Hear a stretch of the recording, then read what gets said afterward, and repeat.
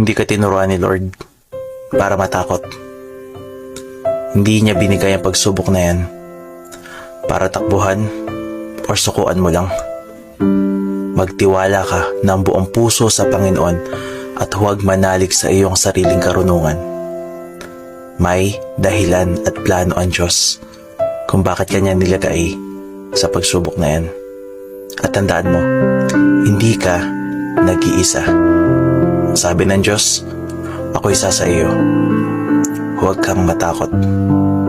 Ako ang iyong Diyos. Hindi ka dapat mangamba. Palalakasin kita at tutulungan, iingatan. Hindi ka tinuruan ni Lord para matakot. Hindi niya binigay ang pagsubok na yan para takbuhan o sukuan mo lang.